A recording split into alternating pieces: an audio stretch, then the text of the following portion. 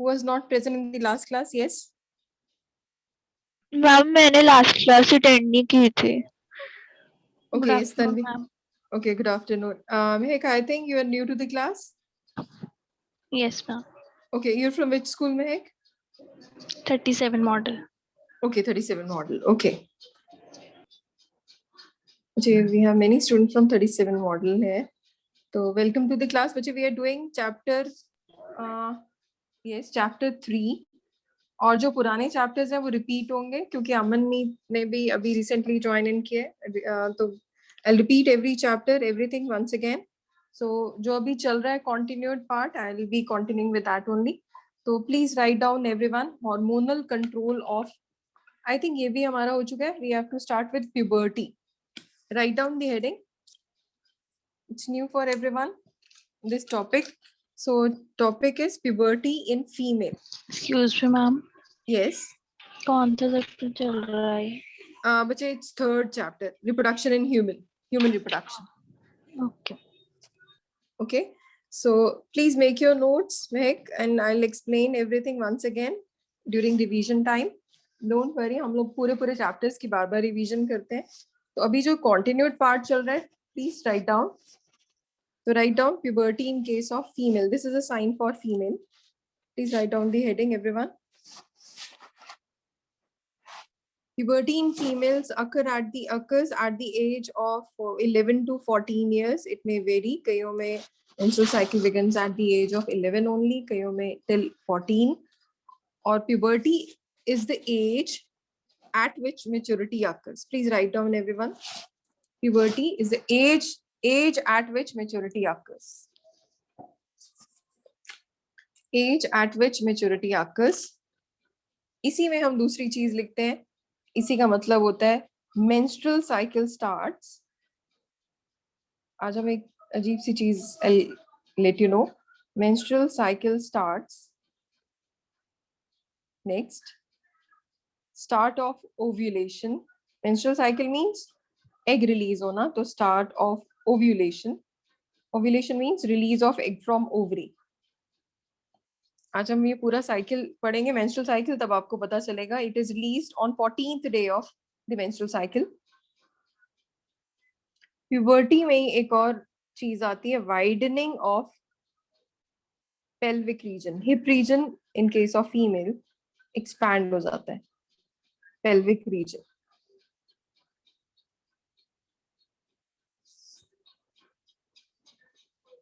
Widening of pelvic region. Next लिखो enlargement of breast or mammary gland.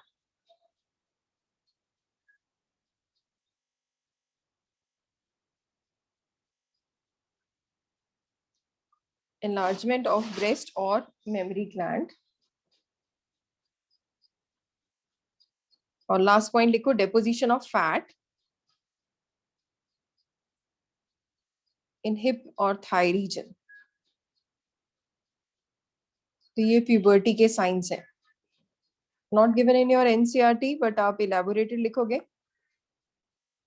तो deposition of fat in hip or thigh region.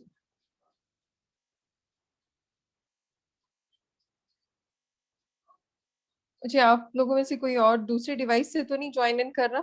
Yes. Okay, these are the points for puberty. When you are done, just let me know. I'll move to the next page. जिन्होंने लिख लिया है, you just start with the heading menstrual puberty in case of males.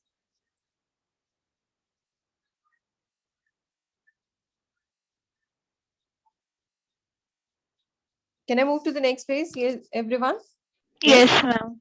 Okay. Okay. Now start with puberty in case of male. This is a sign for male. Arrowhead होता है because male का sperm move करता है. It occurs at the age of 13 years to 16 years. So it is considered that the girls and boys of same age, the females, they are biologically 5 years elder to the male of same age. Biologically, आप लोग सारे male से 5 years elder हो. Biologically, because of this issue,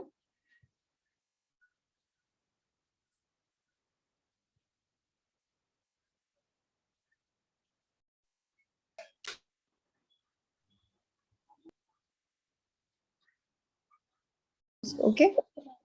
Okay. Okay. Manpreet, please write down. Bete, I have written puberty in females. Please write down this part, or just take a picture. Then I'll move to the next part. Manpreet.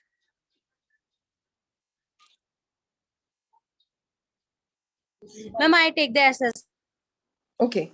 Okay. So I'm moving to the next page. Puberty in case of male. तो mail और female में मैंने आपको ये बड़ी interesting बात बताई कि आपकी सेम एज में मेल्स और फीमेल्स में डिफरेंस बायोलॉजिकली आप लोग फीमेल्स जो हैं बड़ी हैं मेल्स ऑफ सेम एज, क्योंकि अगर आपने डिफरेंस देखा हो तो puberty in case of females it occurs at very early stage as compare to the mails.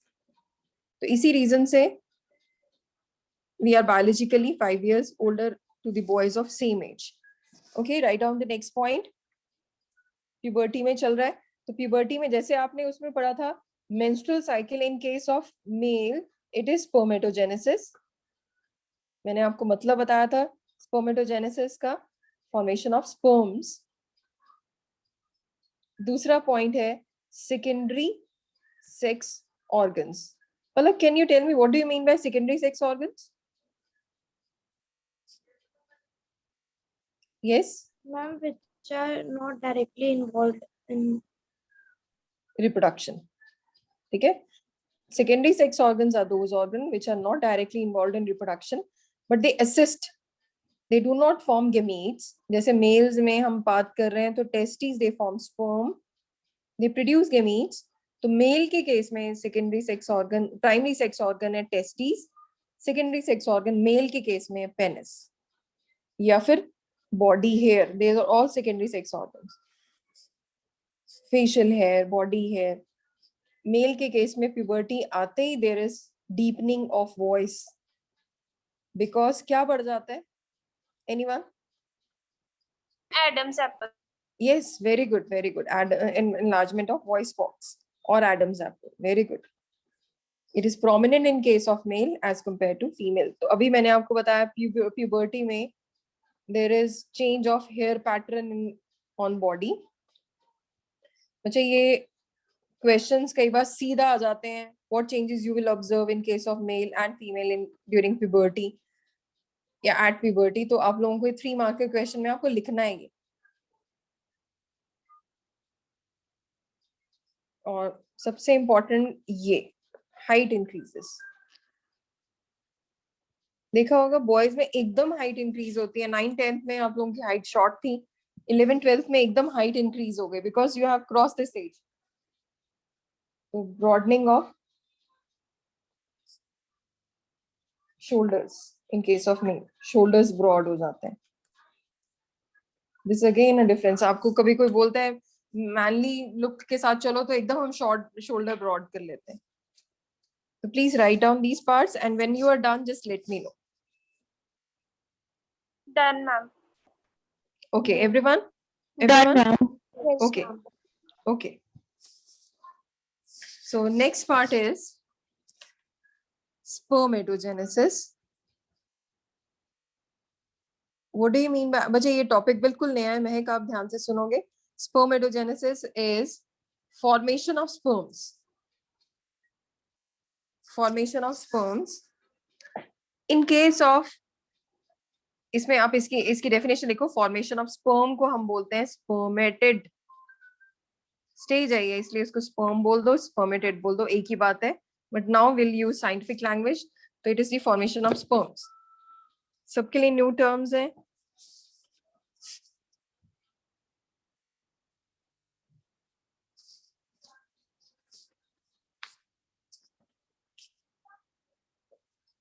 Formation of spermatid और स्पर्म्स. इसी में स्पर्मेटेड और स्पर्मेटोजेनेसिस में इट अकर्स वाया 3 स्टेजेस. तीनों स्टेजेस आज हम डिटेल में पढ़ेंगे. सबसे पहले स्टेज आती है मल्टीप्लिकेटिव, दूसरी आती है ग्रोथ, थर्ड आती है मैच्योरेशन. पहले मल्टीप्लाई होंगे, फिर ग्रो करेंगे, फिर मैच्योर होंगे.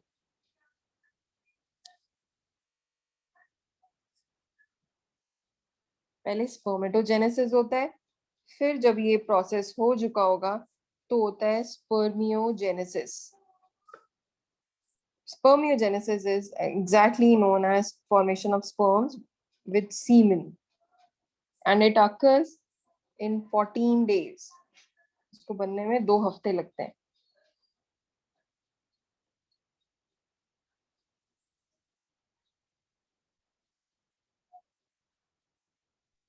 मैम दोबारा रिपीट करोगे? Yes. But there are two processes, spermatogenesis and spermiogenesis. Spermatogenesis जो दिया, that is formation of spermatid. It occurs via 3 stages: multiplicative, growth and maturation phase. और जब ये mature हो जाते हैं, they change into sperm. This process is called as spermiogenesis. This whole process takes around 2 weeks to 14 days लगते हैं. अगर आपने ये note down किया है, then I have to move to the next part. I'm just a minute. Okay, take your time.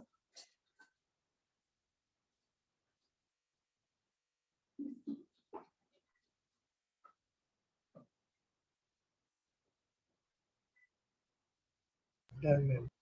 Okay, अब इसके बाद जो है आप लोगों ने there are some organisms which are seasonal breeders. In case of human male, sperms they continue to be produced for life. Sperms हैं पूरी लाइफ बनते हैं if male is sexually active. In case of female, egg formation stops at after certain age, and that part is called as menopause. किसने सुना हुआ ये term? Menopause, age at which menstruation occurs. Menstruation stops. Okay, many students have already heard this. But in case of male, sperms are produced throughout the life only when the male is sexually active. तो आपने normally भी सुना होगा अगर किसी elderly people पे आता है कि he has done a crime, उसने किसी female के साथ unwanted रिलेशन किया है या फिर वो उसको फीमेल कहते हैं कि इज विक्टिम, तो उनका एक टेस्ट होता है. तो उस टेस्ट में स्पर्म की motility will tell whether that crime has occurred or not. तो उससे वो प्रूव हो जाता है if the male is active then the sperms will be active, otherwise they will be in resting stage. तो ऐसे ही कुछ एनिमल्स में breeding occurs only during few months in a year. अगर आपको याद हो, मैंने बताया था डॉग्स में, कैटल्स में, बैट्स में, लामास में, they are called as seasonal breeders. Even in case of elephants, तो सीजनल ब्रीडिंग में मतलब क्या होता है कि they are active only few seasons in a year. Bats में, लामास में. तो उसमें अगर इनफैक्ट आपने देखा होगा कभी एलिफेंट, अगर आपने देखा क्या उसके स्क्रॉटम या टेस्टिस कभी हैंग करती हैं. Suppose I am making a elephant and have you ever seen that testes उसमें बाहर की तरफ है? कभी आपने देखा है pouch like structure hanging out of the body? Yes or no? Anyone speak out, bete? No, ma'am. No. Because in case of these animals, they are called as seasonal breeders. Testes descend. Testes जो है ना सिर्फ उसी time आएंगी. Descend into scrotum for breeding. Otherwise जो descend करेंगे, descend मतलब समझ रहे हो, नीचे आएंगी into scrotum only during few season. Otherwise it ascend into, ascend मतलब ऊपर चली जाती है. कहाँ जाती होंगी? Abdominal cavity, पेट में. They descend into scrotum only for breeding. Otherwise they ascend into abdominal cavity. Whereas in case of human, lion, horse, testes are extra abdominal. Extra abdominal मतलब समझ रहे हो, abdomen के बाहर है. There are few organisms like whale, electric eel. Testes are intra-abdominal, मतलब half inside the body, half outside the body. Got my point? This is important from neat point of view. Otherwise, अगर आपसे human का पूछा जाए तो males में कैसा होता है? Extra abdominal. Please write it down. ऊपर लिखा है आपके पास स्क्रीन पे, सीजनल ब्रीडिंग में मतलब क्या होता है। सीजनल ब्रीडर्स में एग्जांपल दिया बैट्स और llamas, where testes descend into scrotum for breeding and descend into abdominal cavity. Like other organisms where testes are extra-abdominal, like human, lion, and horse. Testes intra-abdominal in case of whale and eel, electric eel. Extra abdominal stands for Extra-abdominal मतलब पेट के बाहर, abdomen समझ आई बात, पेट, तो उसके Yes. बाहर pouch में, okay. okay.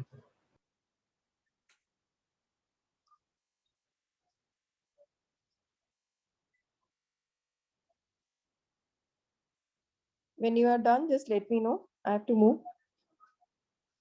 Done, ma'am. Ma'am Okay. And wait. Okay, बेटे. Ma'am, please wait. Okay. Take your time, बच्चे.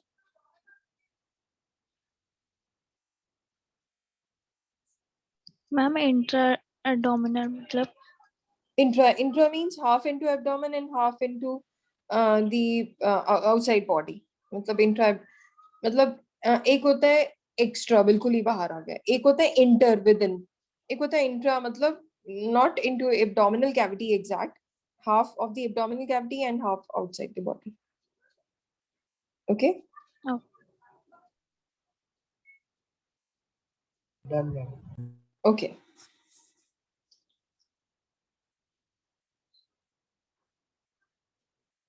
Ma'am, done. Okay, बच्चे.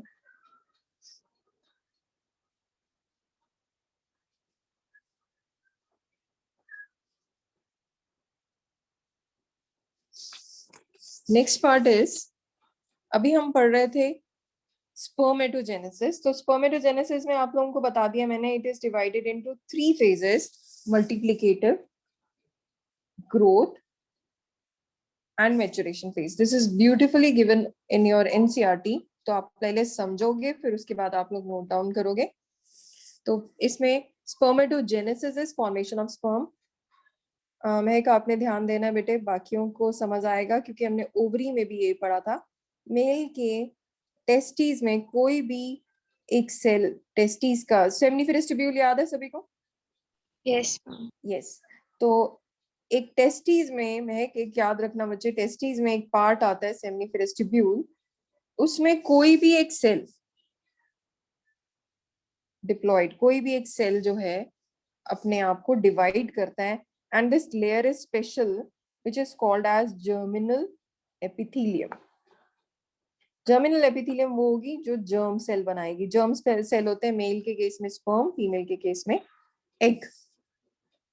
तो ये सेल अपने आप डिवाइड होना शुरू हो गया। पहले हुआ 1 से 2 माइटोटिक डिवीजन। माइटोटिक डिवीजन में फिर ये 2 से 4 बन गया। माइटोटिकली डिवाइड कर रहा है। मल्टीप्लिकेटिव फेज सारे 2n है, 2n से ही शुरू हुआ था, 2n ही है ये। So this phase where they are multiplying, it is called as multiplicative phase. NCERT में थोड़ा different way में है, easy बनाने के लिए मैं आपको थोड़ा elaborate कर रहा हूँ। And the part which are formed, they are called as primary. Primary को हम एक 1 degree भी लिखते हैं, तो primary spermatogonia. प्राइमरी स्पर्मेटोगोनिया, ये 4 बने हैं, चारों में से सारे डिवाइड होंगे, हम सिर्फ एक के बारे में पढ़ रहे हैं। And तो please कोई explain again.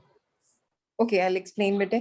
देखो मैंने आपको बताया मेल के केस में टेस्टिस में, अब टेस्टिस समझ रहे हो, स्क्रोटम के बाहर है टेस्टिस। तो टेस्टिस में कोई भी एक सेल जर्मिनल एपिथेलियम का डिवाइड होना शुरू हो जाता है माइटोटिकली। जर्मिनल एपिथेलियम ये देखो बना हुआ है, this layer is called as germinal epithelium. In case of female it forms egg, in case of male it will form sperm. तो कोई भी एक सेल डिवाइड हुआ, पहले 1 से 2, 2 से 4, क्योंकि मल्टीप्लाई हो रहा है इसलिए इस फेज को क्या नाम दे दिया? Multiplicative phase. और जो बने हैं पहले बने हैं तो प्राइमरी स्पर्मेटोगोनिया। प्राइमरी को मैंने बताया था 1 डिग्री भी लिखते हैं, सारे डिवाइड करेंगे अलग अलग। अब हम सिर्फ एक का पढ़ रहे हैं, सब डिवाइड होंगे।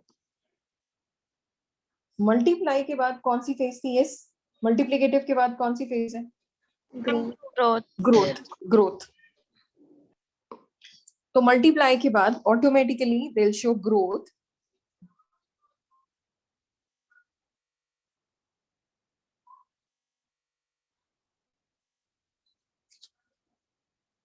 ग्रोथ में हम सिर्फ एक का स्टडी कर रहे हैं, तो ग्रोथ में आप देखो क्या होगा इसके साथ. This will primary spermatogonia will undergo meiosis. Meiosis से 1 से 2 बनेगा. You know what is meiosis? Meiosis is reductional division. Diagram half cut हो गया, मतलब हाफ ही डायग्राम शो हो रहा है. हाँ बच्चे वो Screen मैंने स्क्रीन छोटी हो गई है. शिफ्ट किया, मैंने शिफ्ट किया. ये अब ठीक है. यस मैंने स्क्रीन Yes. मूव की थी. हाँ वो पार्ट मैंने एक्चुअली हाईलाइट ये पार्ट करना था इसीलिए, क्योंकि जर्मिनल एपिथेलियम और माइटोटिक आप वो देख चुके हो. Can I come back to this part now, because I want to show you this part only. दिख रहा है सभी को यहाँ पे कि स्क्रीन में नहीं Yes, दिख रहा? ma'am. क्लियर? ओके दिख रहा है. ओके.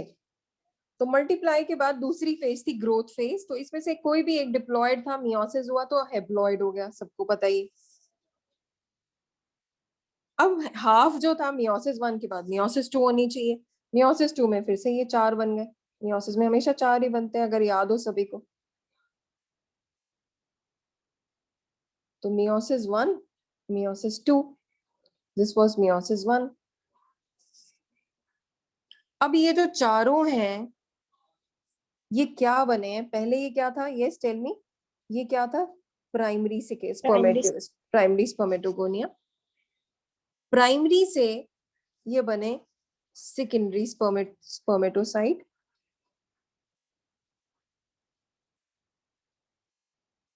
स्पर्मेटोसाइट प्राइमरी से स्पर्मेटोसाइट से ये जो mature spermatids,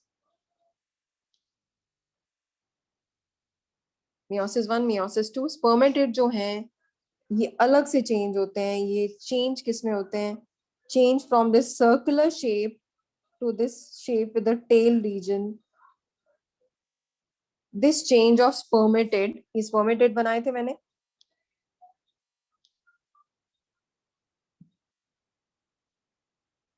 this is spermatid. तो स्पर्मेटिड से जो बना स्पर्मेटोजोआ, जिसका नाम है sperm. This change of spermatid into spermatozoa is known as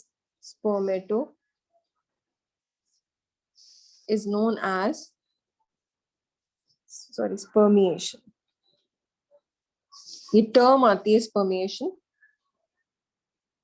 where spermatids are changed into mature sperms. दोबारा से सुनो, थोड़ा सा टफ पार्ट है. I'm coming back to this part now. Excuse me, ma'am. Yes.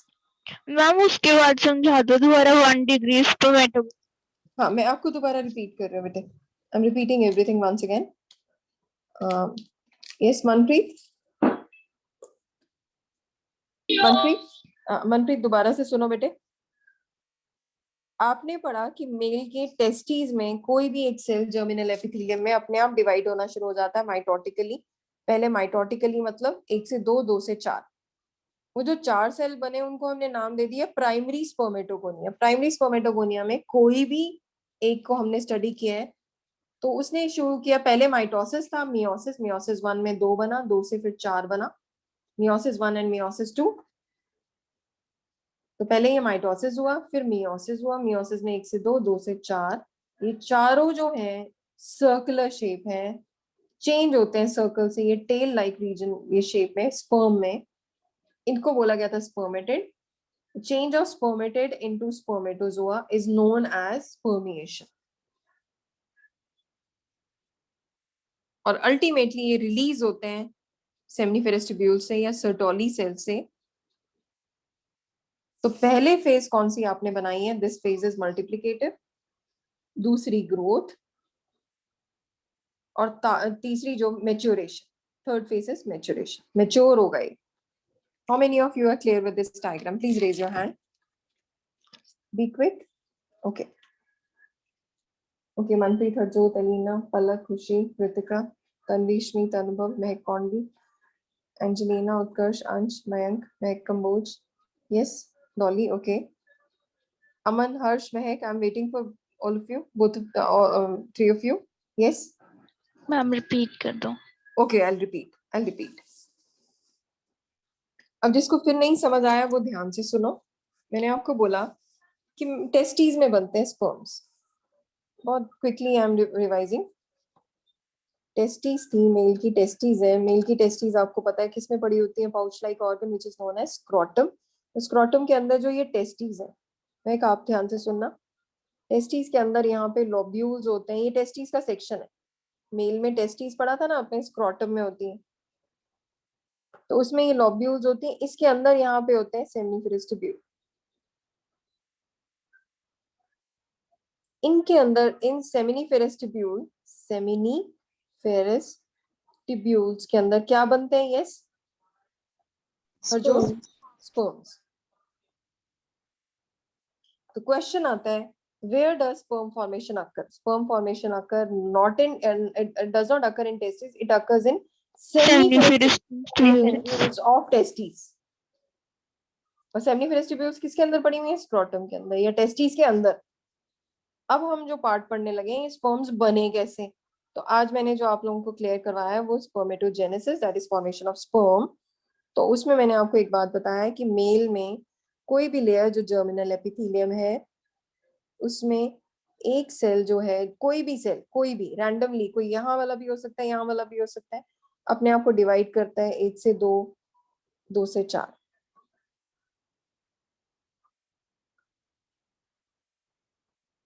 This is called as multiplicative phase. क्योंकि इसके अंदर जो फेज में कौन सी डिवीजन हो रही है? माइटोसिस। और माइटोसिस में प्यारे बच्चों, ये भी 2n है, ये भी 2n है, ये भी सारे 2n। तो सिंपल उन्होंने अपने आप को डिवाइड किया, multiplicative phase. This is the first event. फिर क्या हुआ? अब आई second phase which is growth phase, meiosis. Meiosis में कोई भी एक सेल को हम स्टडी कर रहे हैं, चाहे इसको कर लो चाहे दूसरे को कर लो। मियोसिस में इसको हमने नाम दिया था प्राइमरी स्पर्मेटोसाइट। प्राइमरी जो है अंडरगोज मियोसिस, मियोसिस 1, मियोसिस 2, 1 से 2, 2 से 4। अब इसमें जो शुरू किया था हमने था वो 2n, ये देख सकते हो, अब ये भी 2n था, ये भी 2n। मियोसिस के बाद ये क्या हो जाएंगे? nn। अब हम ग्रोथ फेज में आ चुके हैं। Second phase, growth phase. अब ये जो चारों हैं चेंज हो जाते हैं, मैच्योर होते हैं थर्ड फेज में, जिसका नाम है मैच्योरेशन। मैच्योरेशन में स्पर्म में टेल आ जाती है।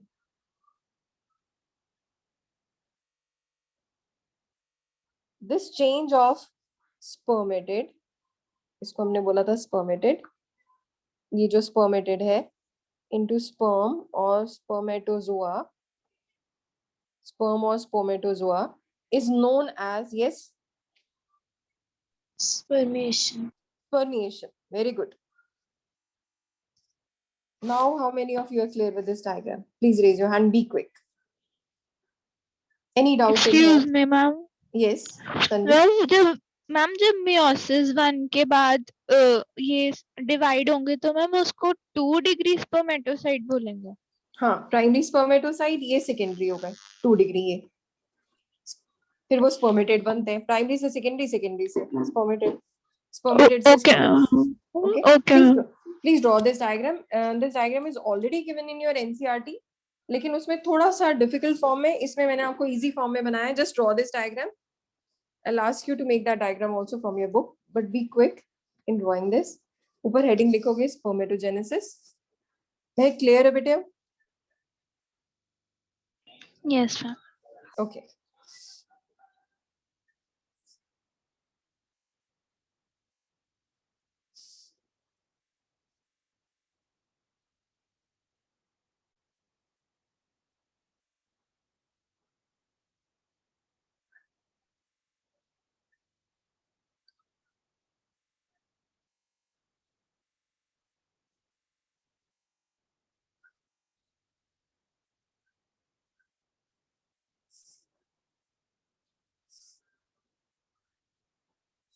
So when you are done, just let me know.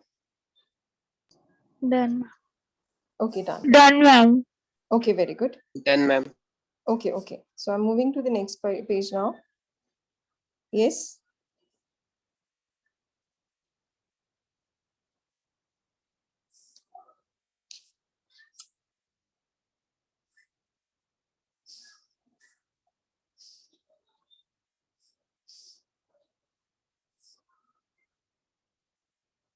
Okay, everybody done? Yes, ma'am. Yes, ma'am. Okay.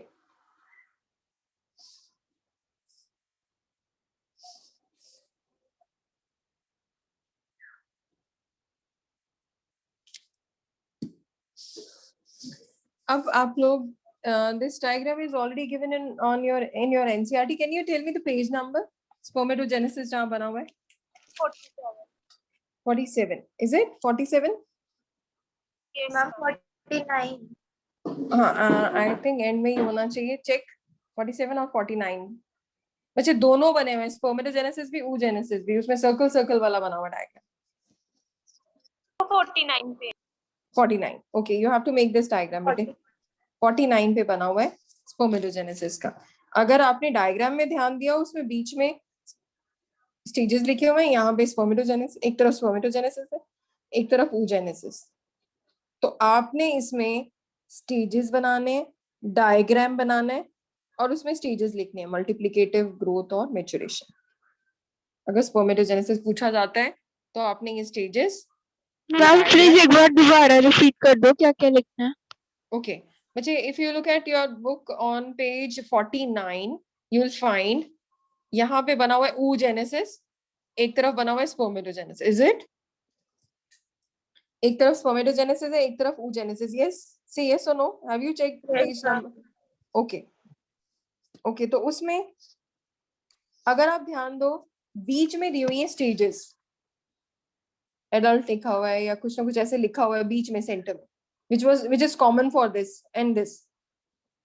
तो अगर स्पर्मेटोजेनेसिस आता है तो आपने इधर वाला पार्ट छोड़ के oogenesis वाला, इसमें स्टेजेस लिखनी है, जो इस तरफ स्टेजेस दी हुई है. डायग्राम ड्रॉ करना है जिसमें सर्कल्स बने हुए हैं, प्लस यहाँ पे स्टेजेस के नाम. तो ये तीन चीजें आपके लिए स्पर्मेटोजेनेसिस के लिए कंप्लीट होंगी.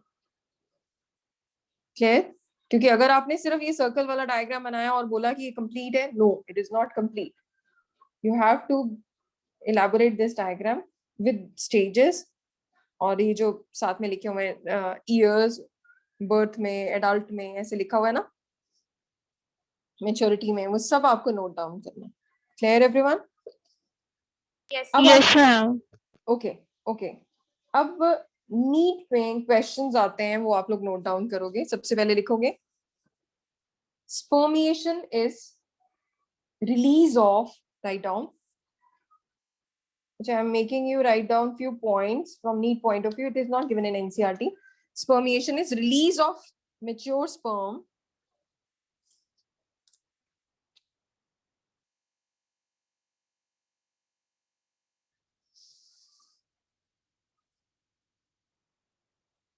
मैम रिपीट करना. release of mature sperm from Sertoli cells, SERTOLI.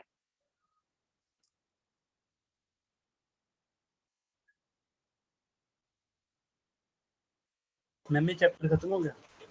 नहीं नहीं बच्चे, अभी तो बहुत पढ़ा है.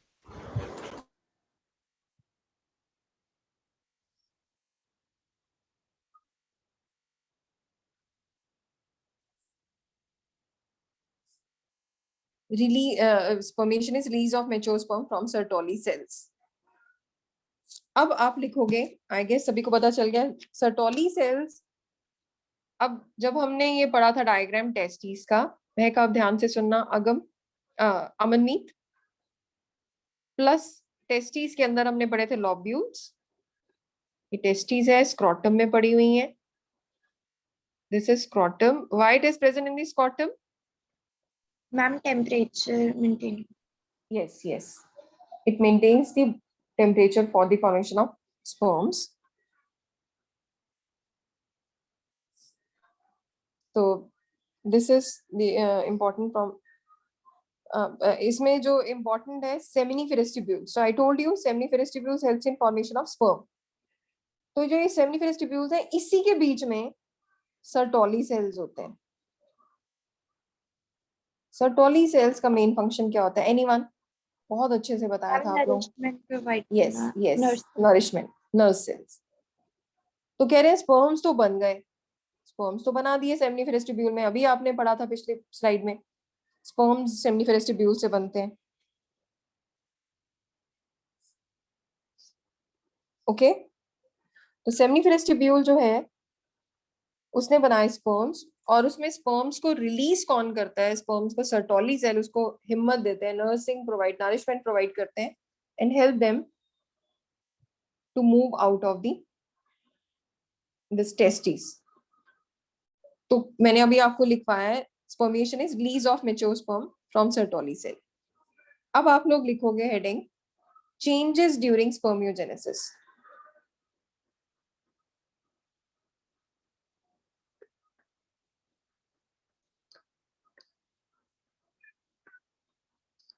कहते हैं ऐसा क्या हुआ होगा जो spermiogenesis and spermiation.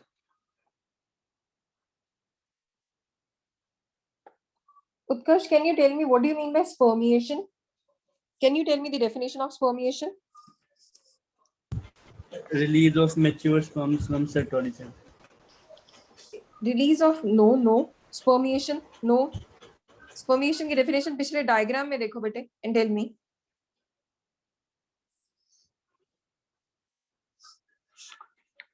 अच्छा diagram में देखो.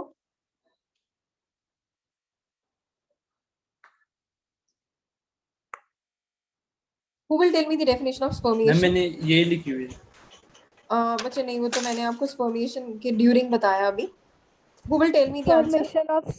Formation of spermatozoa from spermatids. Yes, formation of spermatozoa from spermatid. Very good. बच्चे diagram देखो उत्कर्ष. उत्कर्ष diagram में ma'am formation of formation of spermatozoa from spermatids लिखो. Formation of spermatozoa from spermatids. Okay.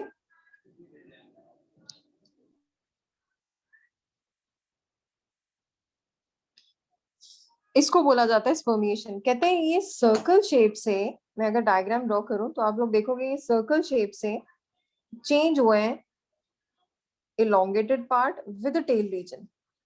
I'll make the diagram of sperm. बहुत important question है वो sperm का diagram. But इस circle से कैसे चेंजेस हुए और इसमें क्या क्या चेंजेस आए ये आप लोगों को लिखना है. सबसे पहला पॉइंट लिखो condensation of nucleus. Condensation of nucleus not given in NCERT. NEET के लिए इंपॉर्टेंट है condensation of nucleus. Excuse me, ma'am. Yes ma'am अभी आपने पहले लिखवाया था कि spermiation is the release of mature sperm from Sertoli cells. तो हाँ. ये definition. वैसे नहीं ये तो पॉइंट लिखवाया था. स्पर्मिएशन इज रिली मतलब हमें जो दिखता है वो क्या है? Release of this mature sperm from Sertoli cells. वैसे स्पर्मिएशन की डेफिनेशन जब मैंने डायग्राम बनाया था मैंने आपको यही लिखवाया. डायग्राम में समझाया था सर्कल से टेल रीजन में आ गए, टेल पार्ट फॉर्म हुआ. Okay Yes. स्पर्मिएशन की डेफिनेशन ये है.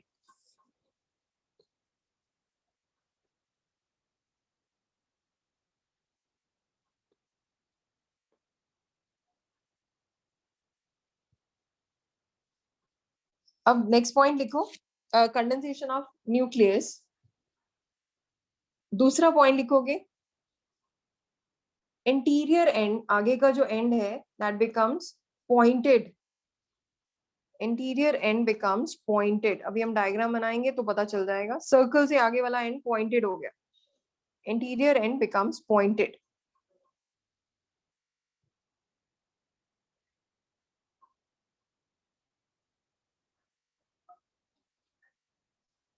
थर्ड पॉइंट लिखो Golgi body. Very very very important. Golgi apparatus या गोल्जी बॉडी, ये फॉर्म करता है एक्रोसोम। लिखो आप, फिर मैं आपको डायग्राम बनाएंगे तब पता चल जाएगा सब कुछ, आप सिर्फ नोट डाउन करो। एक्रोसोम जिसमें एंजाइम होता है sperm lysine.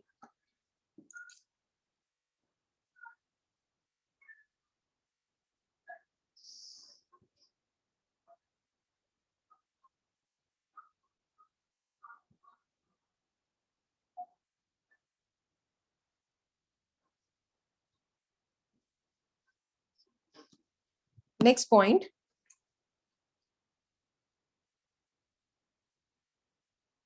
structure is covered with plasma membrane. Full structure is covered with plasma membrane. पहले कोई membrane नहीं होती, अब membrane आ गई।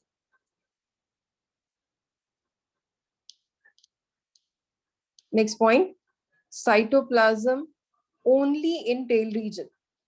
बाकी सारे में है ही नहीं है। Cytoplasm only in tail region. और last point, mitochondria changes into nibber in kun. Niberin kun. Nibber in kun.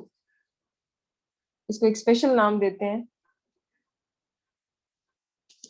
And sperm can remain active for 24 hours.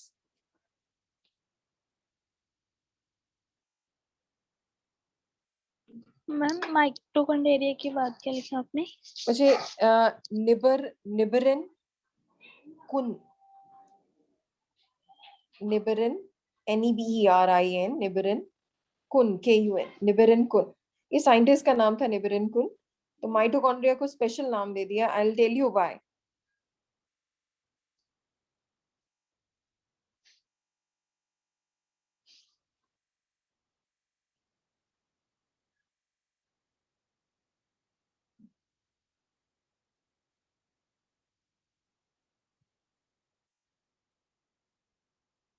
Okay, so can I move to the next page? Yes Yes. Ma'am. Okay, so now I'm going to make the diagram for sperm. कहते हैं इस circle से sperm में क्या changes आए। तो you'll see in your NCERT diagram is beautifully given.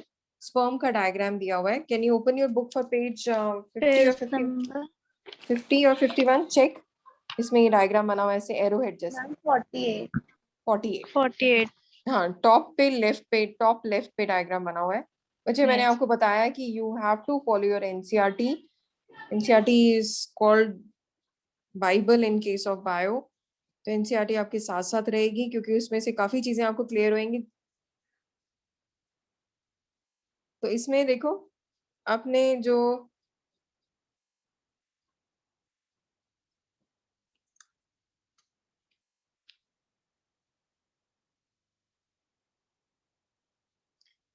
Diagram आप लोगों ने इसमें बनाना है। तो इसमें आपने अभी बोला कि जो पॉइंटेड एंड क्या बन गया था, एक end pointed. This pointed end is called as head. Pointed end को हम बोलते हैं हेड। ठीक है,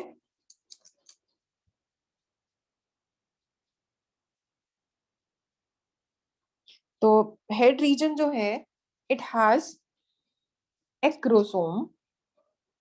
अभी आपने पढ़ा था acrosome which is made up of Golgi body acrosome. और इसमें मेल न्यूक्लियस होता है। This has a mail nucleus, male gamete. तो हेड रीजन में आपको दो चीजें मिली, एक्रोसोम एंड न्यूक्लियस। फिर यहाँ पे दो सेंट्रियोल्स होते हैं, not given in NCERT, it is proximal. Proximal होता है पहला, डिस्टल, डिस्टल मतलब दूर वाला। दीज आर सेंट्रियोल्स, दोनों सेंट्रियोल्स हैं। सेंट्रियोल से हमेशा फ्लेजिना निकलता है, तो इसमें फ्लेजिना निकले हैं।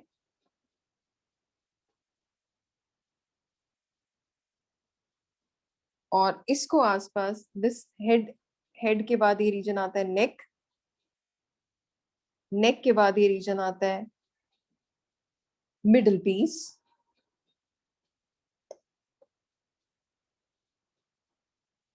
और लास्ट रीजन आता है टेप।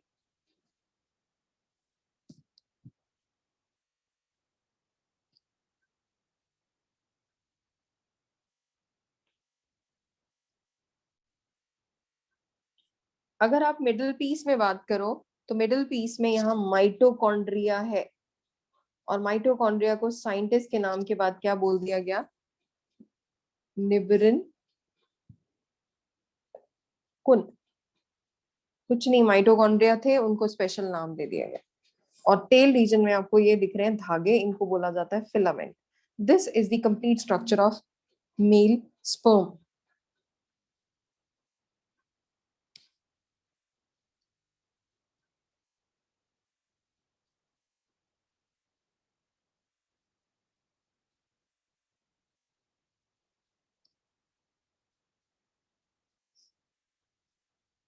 तो अगर आपने इसमें देखा, it has 4 regions, head, neck, middle piece, tail. Head region में क्या है? Acrosome and nucleus, male nucleus. असली में ये चाहिए था। मिडल पीस में, नेक में क्या था? 2 centrioles, proximal and distal, not given in NCERT. Neck region दिया हुआ है। मिडल पीस में माइटोकॉन्ड्रिया है, जिसको हमने नाम दे दिया निबेकुन। आपकी एनसीईआरटी में I think it is given mitochondria only. और लास्ट में ये टेल रीजन में ये फिलामेंट्स आते हैं चलने के लिए। टेल का फंक्शन क्या है? मूवमेंट। निबर्कुन का या माइटोकॉन्ड्रिया का क्या फंक्शन है? To provide energy. टेल को एनर्जी चाहिए तो माइटोकॉन्ड्रिया दे रहा है। हेड रीजन में एक्रोसोम है, एक्रोसोम के अंदर एक ऐसा केमिकल है, नीट के लिए इंपॉर्टेंट है, जिस केमिकल का नाम है हियालुरोनिडेज,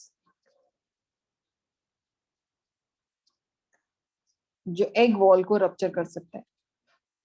आपने देखा होगा mail sperm can penetrate only in the female egg of human. Human sperm human female में ही पेनिट्रेट कर सकता है एग में, because they have some chemicals which can rupture the wall of, तो इसकी वॉल को जो रप्चर कर सकते हैं वो केमिकल इसके अंदर, एक्रोसोम के अंदर है, hyaluronidase. Clear everyone? Is it Yes. this diagram clear to everyone? Okay. So it has 4 regions. Please draw this diagram from your NCERT. Head, neck, middle piece, and tail. Head region has acrosome and male nucleus. The neck region has 2 centrioles. Middle piece has this mitochondria and thread-like structure, filament. Tail में only filament. Please draw this diagram from your NCERT. Be quick. Page 49, I said. Yes, 49 में ही है ना? 48. 48 48 में draw करो।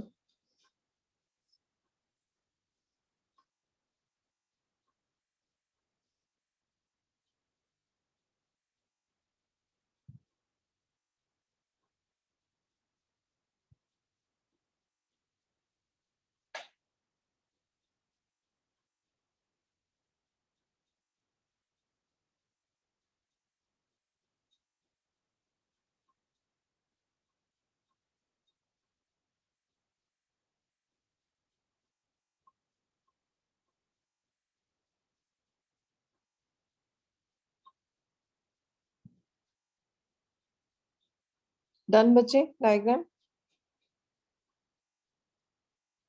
Yes, ma'am. Okay.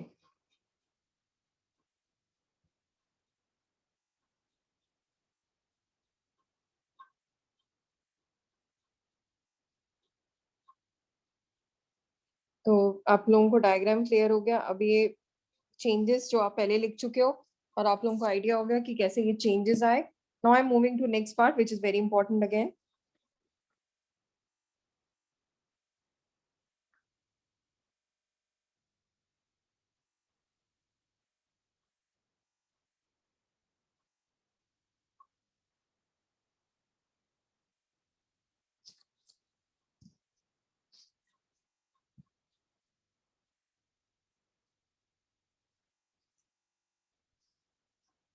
oogenesis बना लिया बच्चों diagram? NCERT में देखा कितने सुंदर डायग्राम्स बने हुए। Now I am coming to next topic which is oogenesis। Khushi clear हो रहा है बेटे? यस, खुशी, एंजेलिना, अंश, क्लियर है everyone? Yes, ma'am. Yes, Okay. Yes, Okay. ma'am. Okay, okay. So oogenesis is formation of ovum or egg. This is a continuous process. This is a continuous process. Sorry, this is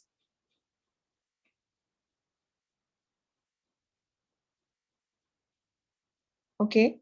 So बच्चे ये देखो इसमें this is considered as a discontinuous process क्योंकि कभी randomly शुरू हो जाता है और कभी अभी बंद हो जाता है. In case of male it is continuous. So it is known as discontinuous process. और जब ये discontinuous इसलिए बोला गया because during gestation, that means during pregnancy, it is lost. पता है सभी को कि during pregnancy there is no menstrual cycle, there is no formation Yes, of ma'am. eggs.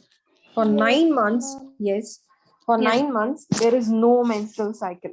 9 months के लिए ये continuous ही नहीं रहा, फिर discontinuous होगा. और अब जो हमारे जब हम अब मैंने आपको एक बात बतानी थी जिसमें मैंने आपको बोला था कि जब हम अपनी for female I am talking about when we are inside our mother body, अभी हम एम्ब्रियोनिक स्टेज में हैं और हमारे वो एम्ब्रियोनिक के बाद जब हमारे ऑर्गन्स फॉर्मेशन हुआ, ओवरी बन चुकी है, तो जो हमारे अंदर एग्स बनने हैं, this is mother body, this is our body embryonic stage, ये प्लेसेंटल स्टेज में है. और फीमेल का ऑब्वियसली ओवरी, फीमेल है तो रिप्रोडक्टिव पार्ट बन चुके हैं, तो ओवरी के अंदर जितने एग्स बनने हैं फॉर लाइफ वो बन चुके हैं. When we are still inside our mother's womb, तो हमारे डिसाइड हो चुके हैं कितने नंबर ऑफ एग्स प्रोड्यूस होने हैं. इन्हीं के बेसिस पे जो हमारी बॉडी में से suppose a female has 300 eggs only. I am just giving an example. Excuse me, ma'am. Yes, ma'am मतलब फिर अगर 300 एक्स के बाद एक्स बनेंगे ही नहीं. नहीं बनेंगे. तो ये अब Okay. हाँ, अब इसमें देखो, suppose when you were in your puberty, मतलब suppose your puberty is occurring at the age of 10 years and your friend is getting mature or is getting puberty at the age of 12. तो इसी 2 सालों में आपके हर महीने एक egg release हुआ. 36 eggs तो यही हो गए, तो 24 एग्स हर महीने एक एग है, तो 2 years हुए, 12 into 2 24 एग्स. इसके भी 10 एग्स है. आफ्टर 2 years कोई एग रिलीज ही नहीं हुआ अभी तक. तो इसीलिए किसकी मेनार्क शुरू हो जाता है, मेंस्ट्रुएशन शुरू होती है, it varies with every female. और जब वो शुरू होंगे, अब इसमें से जब 300 जब खत्म हो गए ना एग्स, तो मेनोपॉज. मेनोपॉज क्या? Stoppage of menstruation.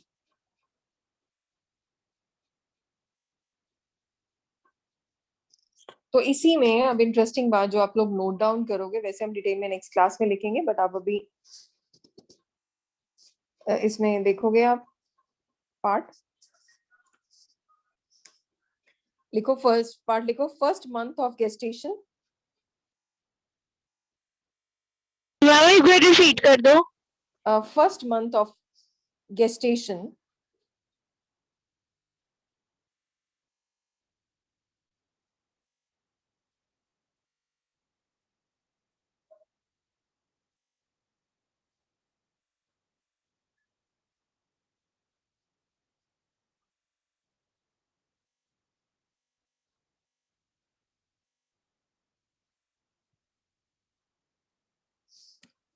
First month of gestation में जो सपोज फॉलिकल्स आएंगे, गेस्टेशन मतलब समझ रहे हो, मदर ने जब हमें कंसीव किया था, फर्स्ट मंथ ऑफ गेस्टेशन में मदर की बॉडी में जब हम अभी बन ही रहे थे, तो हमारे पास 1700 pre follicles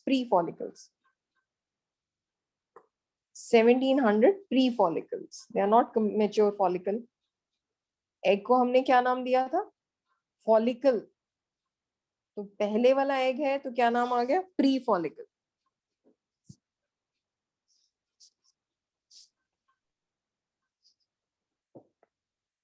first month of gestation, first month में मदर बॉडी में, फिर उसके बाद सेकेंड मंथ ऑफ गेस्टेशन, इसमें वो डिवाइड होते रहे, 6 लाख हो गए। फिफ्थ मंथ ऑफ गेस्टेशन, तो फिफ्थ मंथ में ये सारी एम्ब्रियोनिक लाइफ है हमारी, जब हम मदर बॉडी में थे। अभी मैंने समझाया था आपको मदर बॉडी के अंदर। तो फर्स्ट मंथ में आए 1700 प्री फॉलिकल, सेकेंड मंथ में आए 6 लाख हो गए, fifth month of embryonic life में 7 मिलियन हो गए।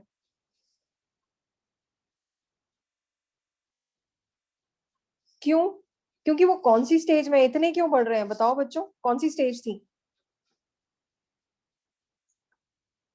Multiplicative phase. इसके बाद मुझे कौन बताएगा which is the second stage? Yes Dolly, can you tell me? और growth. Growth phase, growth phase. तो कहते हैं मल्टीप्लाई करी जा रहे हैं, 1700 से 6 लाख हो गए, 7 मिलियन हो गए। और फिर जब एम्ब्रियोनिक लाइफ में बड़े होते हैं, फिर उनकी आर्टीसिया हो जाती है, आर्टीसिया, एट्रीसिया, एट्रीसिया इज डेथ, मरने शुरू हो जाते हैं अपने आप। फिफ्थ मंथ के बाद बनने शुरू हो जाते हैं। हाँ, वो अपने आप ग्रोथ हो रही है, ऑर्गन्स बन रहे हैं ना, फूड नहीं मिल रहा उनको एग्स को, तो वो बनने मरने शुरू हो जाते हैं। और जब हमारा बर्थ होता है तो उसमें प्री फॉलिकल्स रह जाती हैं 2 मिलियंस, और वो रहती हैं टिल प्यूबर्टी। और जैसी प्यूबर्टी स्टार्ट होती है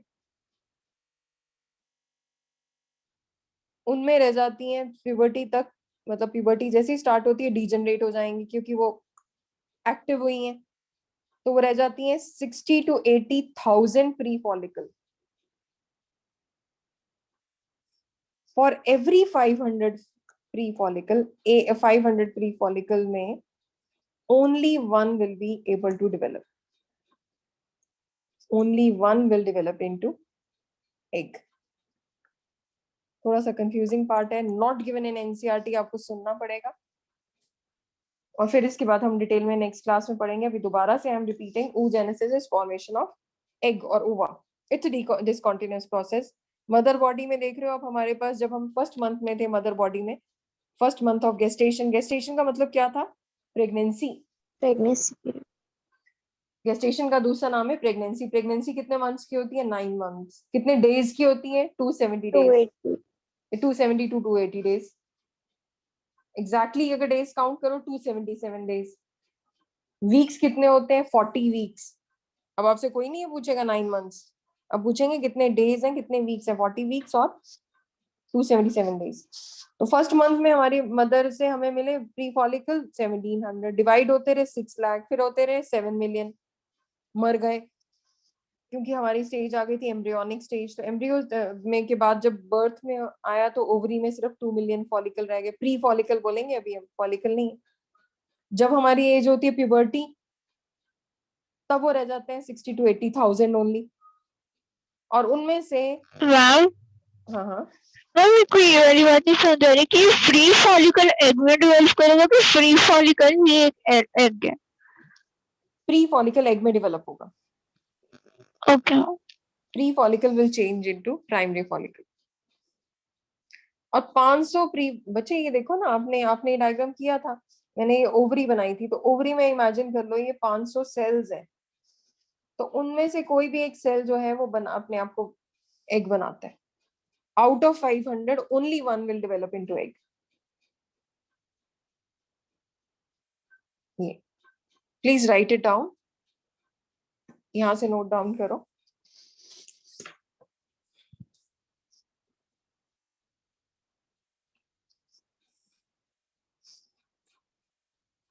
आई गेस समझ भी आया होगा, नहीं समझ आया repeat this in the next class, don't worry about it, because ये पार्ट थोड़ा सा डिफिकल्ट है and in NCERT it is not given, so you have, but you have to write. Yes, any question from anyone's side? Yes? No, ma'am. No ma'am. No. Okay, if you have written, can I move to the next page now? Yes ma'am. Okay. Please note down this part also. और oogenesis हम next class में करेंगे जिसमें same वही चीज आएगी, multiplicative growth and yes maturation phase. Very good.